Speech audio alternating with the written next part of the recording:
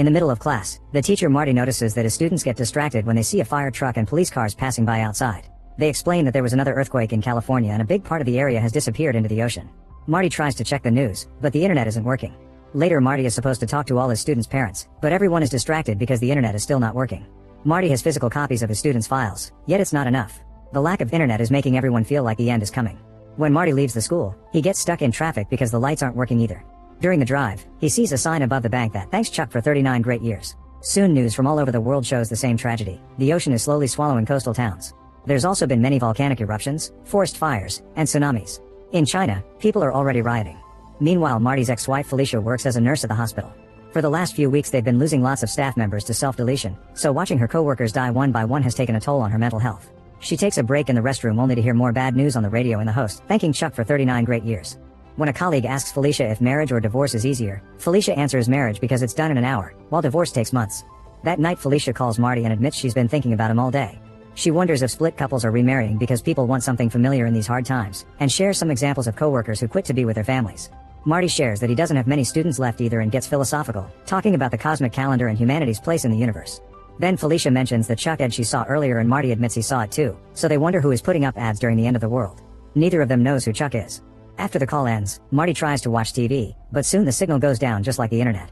After a few seconds of nothing, Chuck's face appears and an announcer thanks him for 39 great years, only for the signal to go out again when the ad is over. The next morning Marty notices that his neighbor isn't using his car. The man explains that he had to walk 3 miles to work and back because a sinkhole has appeared on the road, cutting the city in half and swallowing lots of cars. There's a lot of traffic in the other streets, so most likely Marty won't make it to school until lunch. Then they discuss the latest news. California has 10% of land left, the Midwest is burning, and Florida is flooding, so all the food-producing regions in the country are gone. Europe is in a similar situation, and famine has already taken over Asia, where 1 million people are dead. The bubonic plague is back, and only a few bees are left, probably in South America. At that moment Marty sees a lot of neighbors coming home because they couldn't go to work. The sinkhole has swallowed their cars and even their workplaces. Marty talks to a friend of Felicia's who worked at the bank and asks her about the Chuck sign, but she doesn't know what it means either. Everyone walking around looks depressed and Marty's neighbor points out that they've been going through the stages of grief. When everything started, there were protests and riots. This was followed by lots of self-deletion. But now people have come to terms with it and will just wait for the end. The conversation is interrupted by a plane writing, "Thanks Chuck" in the sky. On her way to work, Felicia notices all the walls covered with dozens of graffiti dedicated to Chuck. She walks all the way to the hospital, only to discover there isn't a single employee left and no patients at all. However, all the monitors are still working and tracking exactly the same heart rate and perfect beeping coordination. The beds are empty, but it's as if all the monitors were connected to the same person. Sometime later Marty gets frustrated because the TV is still receiving no signal, and when he tries to call Felicia, he discovers phone lines aren't working anymore either. He decides to go looking for her, and as he crosses town, he sees lots of abandoned cars and more Chuck ads. Sam's resting on a bench and Marty asks him if he knows who Chuck is, but Sam has no idea. In fact, he asked around too, but nobody had an answer. Since Sam is going in the same direction, he and Marty walk together for a while. They chat and get philosophical as they discuss how much time a person truly has in their lives. Eventually Sam's arthritis requires him to rest, so he stops at a bench to watch the sunset and Marty continues walking alone. In the evening Marty reaches Felicia's neighborhood. He comes across Iris, who recognizes Felicia's name and says she was always nice to the local kids, even giving them cookies. Iris is out there skating because she wants to have a good time before the end. Suddenly the power goes out in the whole area and Marty tells Iris to go home for safety. At that moment, glowing Chuck ads appear on the windows of every house, making it look like a ghost town. A worried Marty starts running and finally finds Felicia, so the couple reunites with a hug. He asks about the ad, but she has no idea how that appeared in her house too. Meanwhile, a 39-year-old Chuck is in bed looking really weak and sick. He's connected to a heart monitor, which shows the same rate that was shown at the hospital. His wife Ginny and son Brian are keeping him company and crying because they know he doesn't have much time left. Back to Marty and Felicia, they go to her backyard to admire the sky. With the power gone in the whole world, now the stars are brighter and easier to see. They hold hands as they identify the different constellations, only for a star to suddenly disappear. Then Mars disappears as well. One by one, the stars start disappearing in the sky. At the same time, Ginny and Brian say goodbye to Chuck as he dies and thank him for 39 great years. Marty tries to tell Felicia that he loves her, but everything goes black when the world ends. 9 months before the end of the world, Taylor works in a record store. However, she loves music so much that she likes setting up her drums on a busy corner and playing for the crowd. Sometimes she gets tips from the crowd, but they're rare. Meanwhile, Janice is going home in a bad mood because her boyfriend just broke up with her through text. She works at a bookstore, but lately she's been feeling like her life is going nowhere, especially since she used to be a very talented dancer as a kid. Chuck is in town too, attending a banking conference. He's a successful accountant for an important bank, has been faithful to Ginny since he met her in high school, and is proud of Brian for being a good student.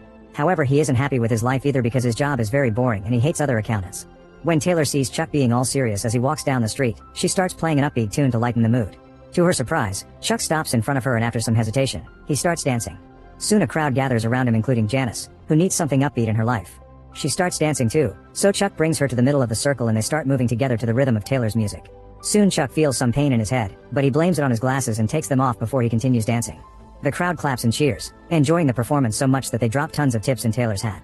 Afterward the trio goes to a cafe and Taylor shares the money. Chuck looks a bit sick but he swears he's fine. Taylor wants to know what made him stop to dance and Chuck says he doesn't know while his mind thinks about his old band.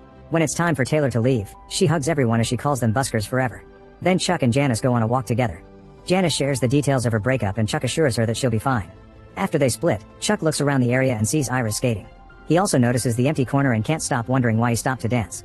Later when his illness makes his body so weak that he can't chew or walk, Chuck will remember his dance and conclude that's why God created the world. As a 7-year-old, Chuck lives with his grandparents because his parents died in a car crash.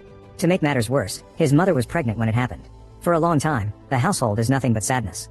Albie deals with his grief by drinking and concentrating on his accounting job. Sarah loses interest in all her hobbies and most of the time she orders takeout instead of cooking. By the time Chuck turns 10, the household has regained a good mood, although Albie continues to drink. Sarah is cooking again and listens to music so she can dance in the process. She often makes Chuck dance with her, which explains where he's learned all those amazing moves. They also watch lots of movies together with a preference for those with dancing scenes. His grandparents' house quickly becomes Chuck's true home, but there's one exception. He isn't allowed to enter the cupola on the roof. Albie and Sarah say that the cupola is forbidden because the floor is unstable and there's nothing up there anyway. Chuck approaches the door in secret, but he isn't able to remove the lock. The night before Chuck's 11th birthday, Albie and Chuck are watching a documentary about Carl Sagan and the cosmic calendar. Since Albie is very drunk, Chuck brings up the topic of the cupola. Albie says that up there someone could see more than what they actually want, and that's why it's locked. He explains that this house is very old and has been remodeled many times, but the cupola has been there since the beginning. In all his time living here, Albie only visited the cupola a handful of times. He claims that in that room, he saw the ghosts of people before their deaths. Albie says that waiting for death is always the hardest part. When Sarah comes home, he sends Albie to get some groceries so the fresh air can sober him up. Then she tells Chuck not to believe Albie's stories because they're just drunk ramblings. Later Chuck asks a neighbor about the dead people Albie mentioned and how he was involved in their lives. It seems the ghosts are the manifestation of Albie's guilt for not being able to help certain friends. At school, Chuck's favorite class is English. The teacher is too sweet to be taken seriously and the kids misbehave around her. One afternoon after class, Chuck asks her about a poem she read earlier, which has the line "I am large, I contain multitudes." She explains that a person is made of everyone they know, everything they've seen, and everything they've experienced. Each person has a whole world in their minds and they get to choose what to fill it with. Chuck realizes that if someone dies, that world disappears. This confirms that the beginning of the story is a metaphor for the world in Chuck's mind, which ends when he dies. On his way out, Chuck sees Marty in another classroom. A few months later, Sarah dies while shopping for groceries. After the funeral, the house becomes sad again and Albie's alcoholism gets worse. Chuck goes to the grocery store and asks the cashier for details of what happened. The girl explains that Sarah just collapsed suddenly, so there's not much to tell. One night, Albie falls asleep on his desk and Chuck steals his keys to finally open the cupola. When he's about to step inside, Albie yells at him and drags Chuck away.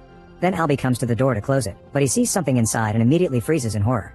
With trembling hands, he forces himself to move and closes the door before he notices Chuck crying.